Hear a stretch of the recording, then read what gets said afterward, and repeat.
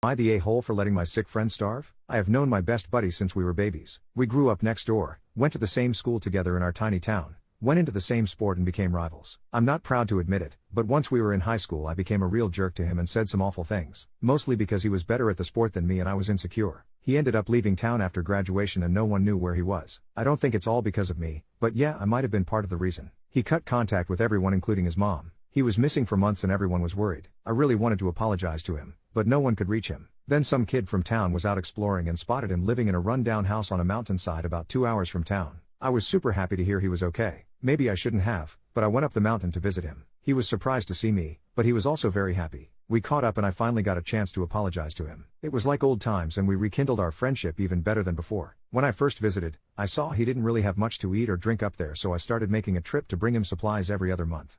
It's close by, but hard to get up there. There's no road to drive up there, so I have to walk for a few hours. But it's been a year now and I'm getting kind of tired of it. His mom cries about missing him all the time. She can't make the trip up. I missed a month because I got sick and then had to make up work days. He was kind of annoyed about it and snapped at me because he was running low on supplies, but I'm getting annoyed that he insists on living up there. I told him he's hurting his other friends and family by keeping his reclusive life and he needs to stop being so selfish and come back to society. It was hurting me that he wasn't taking care of himself. He looks like crap and I always worry about what shape he'll be in when I arrive next. I also told him I was getting sick of going up a mountain every 2 months. He told me he didn't ask me to and I was the one who volunteered to do it. I told him fine, I would stop because I didn't want to enable him to keep living away from everyone, and I haven't been back up the mountain since. I feel really bad. Everyone in town is telling me I should resume bringing him supplies and the gifts they make for him because everyone knows when my trip is coming up. He's kind of a local hero from our sports days. They're saying I'm being a jerk, but I just want him to come back or at least move to somewhere more hospitable, and I feel like if I continue bringing him stuff he won't.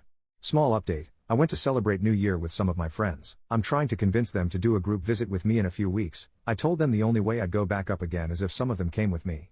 I didn't really want to go again, but I will if other people are with me. I'm hoping that if they go once they'll take the initiative and start visiting by themselves too. Or better yet, we can all convince him to come down. They seemed vaguely open to it, but I'm not sure if it's we want to do this or just humoring me to shut me up.